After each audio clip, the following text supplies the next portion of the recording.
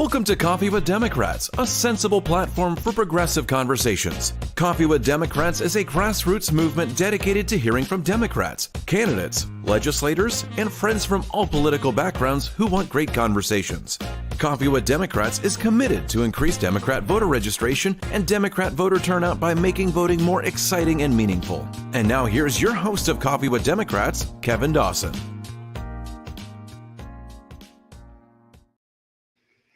And good morning and welcome to Coffee Break on Coffee with Democrats. Today is the first Monday, October 7th. Since I came back, I had a little bit of a therapy session last week in Colorado that I went to. I went out there riding motorcycles for 5 consecutive days. What a wonderful time it was. I needed the therapy. I needed the time away, but I'm glad to get back here and start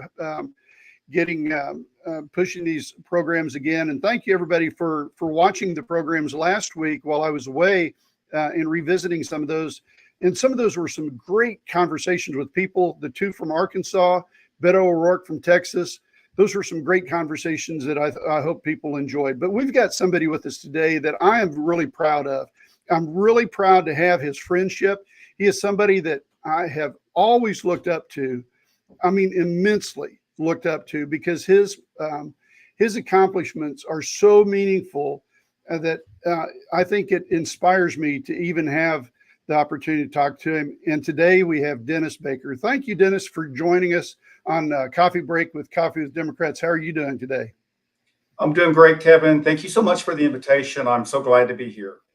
Well, I can tell you this, it's my privilege to be here. I was just looking out the window. We've got cars that are here we are less than 30 days, and we still have people that are coming into the Democratic headquarters here in Norman, Oklahoma, wanting to purchase signs and merchandise that we have here. And people are lining up coming into the headquarters. I'm coming live from the Cleveland County Democratic headquarters in Norman, Oklahoma. And what an exciting time that we're actually having. And thanks for joining us on Coffee Break. Yeah, well, thank you. I'd like to apologize for my setup here. I'm doing this from home. I don't usually do it from home. I'm not trying to be dramatic with my lighting. It's just not really set up as well as I want it to be. I usually do this from the campaign office. Sure. But you know what? You're a busy man. You're campaigning. That's the beauty about this whole arrangement is you're having to do what you have to do at the time because you're busy trying to get out there and you're campaigning. You're on the campaign trail. You are busting your butt. So there's nothing wrong with the lighting. We're going to just move on forward with it. So, hey, look, I'm going to turn it back over to you and just say, hey, look, what's going on in your part of the prairie? Yeah, so let me just kind of frame this about who I am and where I find myself. Again, I'm Dennis Baker. I'm the Democratic nominee for Congress in Oklahoma's 1st Congressional District. If you think about the 1st Congressional District, you can think of it like this. It's all of Tulsa County, parts of Rogers County, Creek County, and Wagner County. I'm running against Kevin Hern. Kevin Hern is a far-right MAGA Republican. He's endorsed by Trump. Trump has endorsed him. His entire campaign, his entire congressional career has been built around Donald Trump and support for Donald Trump. So just to give you that idea, my opponent, Kevin Hern, he was born and raised in Arkansas. He got an MBA from the University of Arkansas, and then he made a lot of money running McDonald's franchises across Arkansas and Oklahoma. My background's a little bit different. I spent a career in law enforcement. I was an FBI special agent for 23 years. And the reason I'm really into this race is that I saw what Kevin Hern did on January 6th when insurrectionists were storming the Capitol. Just hours after that, he voted against certifying a legitimate presidential election. And so looking at that, I wanted to get involved on some level. Didn't think I'd be running for office, but I find myself here and in the middle of, at the heart of the action here in the 1st Congressional District, fighting tooth and nail to send Democratic representation from Tulsa, from the 1st Congressional District to Washington, D.C. So Kevin, one of the things that I like to talk about our campaign is and frame what it means to be an Oklahoma Democrat here in 2024, and what really that means, and how that's a little bit different from being maybe a Democrat in California or a Democrat in New York. But I always start with democracy and support for democracy, and how my national security background in the FBI makes me the national security candidate in this campaign. I always talk about when I was in the FBI and I was on an inspection team, and we during our inspections went to Ukraine and we went to Russia to inspect FBI offices that are overseas, that are actually there at the embassies. And I talk about flying into Ukraine and how we were welcomed by Ukrainian officials. So the security forces that met us at the airplane got us through customs, and we had a long conversation, and they asked us about America. They wanted to be like America. They wanted to be a democracy like America. They wanted what we have, a constitutional democracy, the oldest in the world, and how we were assisting them and projecting that democracy towards them. And they saw it and they wanted it.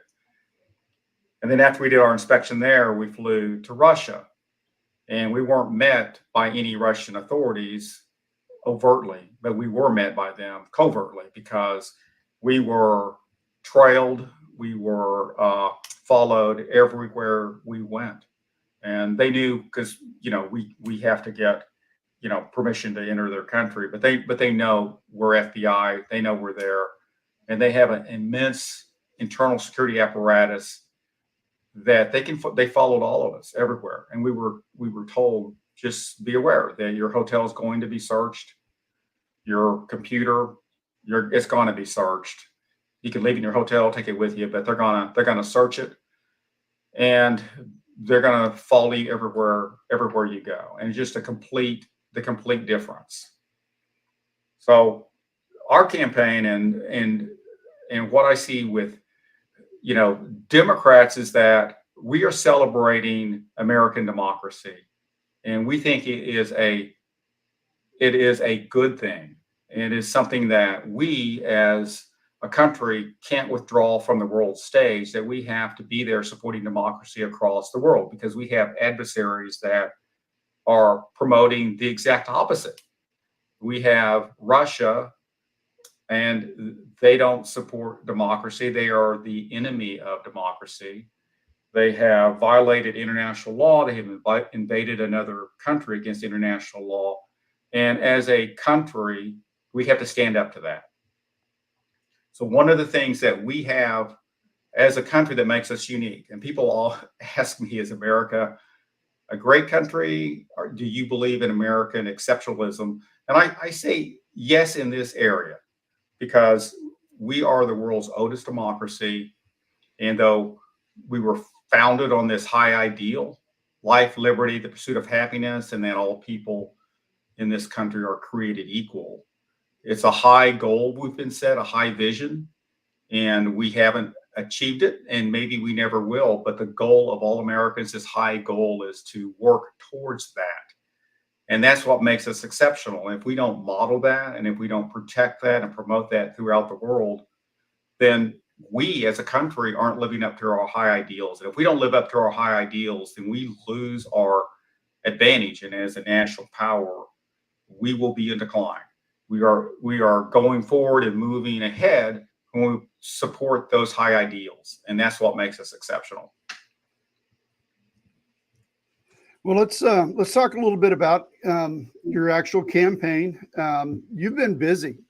You've been really busy, and I enjoy sitting on the sidelines back here and watching your campaign. I watch you through other social media. I watch you through Twitter. I still call it Twitter. I'm refusing to call it anything other than Twitter. But I watch your campaign through Facebook, and I enjoy watching how your campaign has grown and is becoming more exciting. There's people following you all over, basically all over the United States. but you're getting a lot of attention in the Tulsa area from the core support that you have down there. And that's got to be something that, you ran before in 2022 and you did really, really good. But what I'm seeing now is there's a lot more excitement about you this time than there was then. And can you explain a little bit about maybe what is going on and what might be causing that?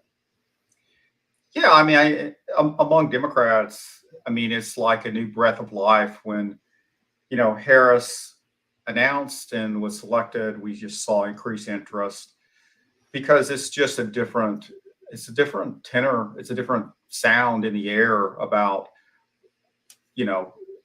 moving away from this darkness we've been under with MAGA and more towards, the light, really, and towards joy instead of hate and anger. People are just tired and, of being in that, and they want to move out of it. And we're seeing that with the campaign. But one of the things that I'm doing it's kind of helped our campaign tremendously, and that's trying to define what this campaign stands for, and then what my opponent Kevin Hern, what he stands for. And Kevin Hern has a voting record that is kind of under the radar, and it takes a lot of work. If you're just the average voter and you want to go figure out who is Kevin Hern, what does he stand for, what does he vote for, it would take you forever to try to pull up those records. It's all there. It's just we decided that we needed to do that for them. So I put together this sheet. It's called Baker v. Hern. It's on my website. I have it in a PDF form, and I encourage you to read that. And it will tell you about our campaign. It'll tell you about his campaign. And then I just say, you know what? I'm making my case to the public. And if you read that, and you can decide who has really Oklahoma values that you want to see in DC, which candidate is standing up for those things that you think is going to make your life better and move Oklahoma forward. And that's the case I'm making. So as you know, I was in the FBI. Part of what we do is we go out, we gather evidence, and we put a case forward to the jury, and they make a decision based on the evidence. So that's kind of what I'm doing, and that's why it's kind of called, kind of tongue-in-cheek, Baker v. Hern. But basically, that's what it is. I have to make a case for our campaign, and that's what Baker v. Hern does. So, and I just posted that link at the bottom down there for people to be able to watch or follow exactly what you just said. So please go ahead. I'm sorry to interrupt. Yeah, so if you want to get involved in the campaign, if you think, yes, we want Oklahoma values in Washington, D.C., this is something you can, distribute that to your friends, to your relatives, and just say, read this for yourself. And, we just say, here's the facts, read it, and make your decision at the ballot box before you get there. And please don't just show up at the ballot box thinking I'm going to vote for the R. I'm going to vote for the person with the R beside their name because that's what I've done. Or even if you're a Democrat, I mean, you should be doing your research on your candidates and find out which best represents your values. Because if you want a better Oklahoma, if you want to move us out of the bottom percent in everything that matters, remove us away from a Republican trifecta that has driven us there, that have been in control since 2012. You need to start looking at your candidates and start saying, I want results. I want people that are going to solve problems. I want a better life for my family and for my kids. And that's so important, though. You're hitting every subject matter so perfectly. Educate yourself and go to there prepared to vote for the candidate, not for the party. But I think so. Go ahead. We're trying to make the case. Democrats across the state, across the country are making the case and doing the contrasts. And one of the things I talk about is that, we have Kamala Harris. She's a former prosecutor versus, Trump, who is a convicted felon. Exactly. And that, I don't know. I think I want to go with the prosecutor. And when Kamala gets to be president, she's going to need backup in Congress. She's going to need Democrats to back her up. And who better to back her up than, a former FBI special agent who has been there and kind of done the same things and is there to make the case for America. Right. So there's a couple of things that people really need to focus on. Number one is you can't do this by yourself. You're not a one-man show. Even though your name is on the ticket, you depend on volunteers and you depend on a whole team of people to help you. And I'll throw up the banner there where people can go and help financially, because again, that's what we need. You got to do this. It takes money. Everything you do, whether it be text banking, whether it be phone banking, whether it be mailers that you put out, yard signs, no matter what it is, you have to pay for this. And in order to do that, you have to have help. So I'll turn it back over to you. Yeah, and I just want to mention that 99.9% of my donations come from individual contributors. Mm-hmm. I don't take PAC money, and so it's all individuals. Our average contribution is like $30. And my opponent, I mean, if you compare war chest, you're going, wow, he's really outraged you. But more than $1 million of his war chest is from PAC money. So that's the difference. So we are funded by individual contributors. And, we have a stewardship over that money and we want to spend it wisely. But, it's expensive to run a campaign. And the problem is money buys you media, which buys you information and gets the word out. So we've always said, if this was, remember the old days when you had equal time with FCC regulations and you had one candidate said something and the other had to have the same amount of time. I mean, if that was true across all media, Democrats would be winning elections hands down, because once the facts come out about who's on the side of working families, who's on the side of unions, who wants to raise the minimum wage, who wants to help women restore their freedoms that they had under Roe v. Wade, who wants to make voting easier and better and give people a chance, it's Democrats. And if that's the America that I want and the policies I want, if most people saw that and put aside the fear mongering and the hate, Democrats would win. So the reason that the disadvantage we have is not having the money to get the media, to get that information out. Well, and again, we need to do everything we can to support you as we're nearing the time when we close everything down here, and because you're on the campaign trail, you can't spend an hour here talking with me. You've got to be out there pushing a lot.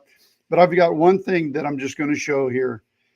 This is something that was given to me by a Republican, and that just means so much.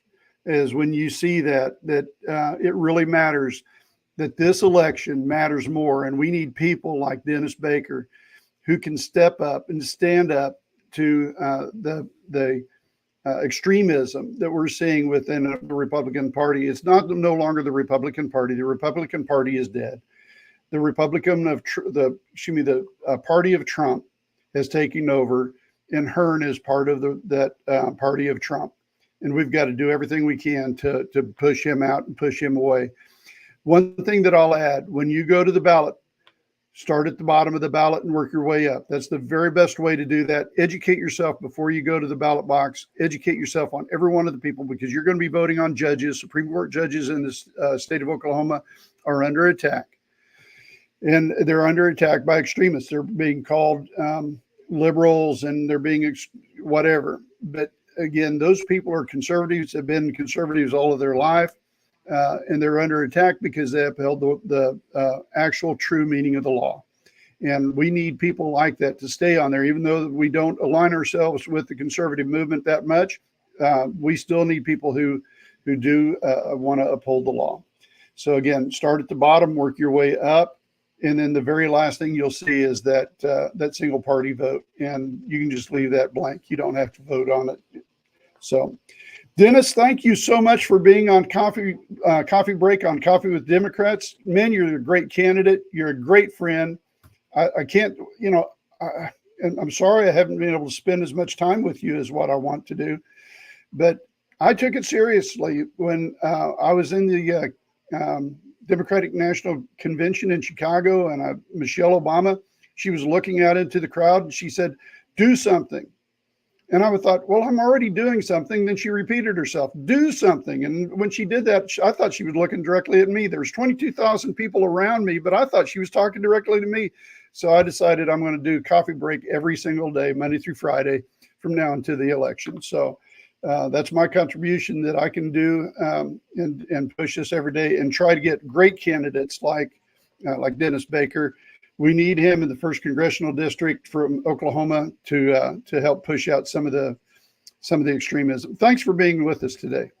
Yeah, no, thank you. And voters, go exercise that right that people have fought and died for, your right to vote. A lot of countries wish they had it. We have it. You will feel so good once you do that and know you've contributed to American democracy. Thank you. Appreciate you very much. All right, folks, until tomorrow, please be safe.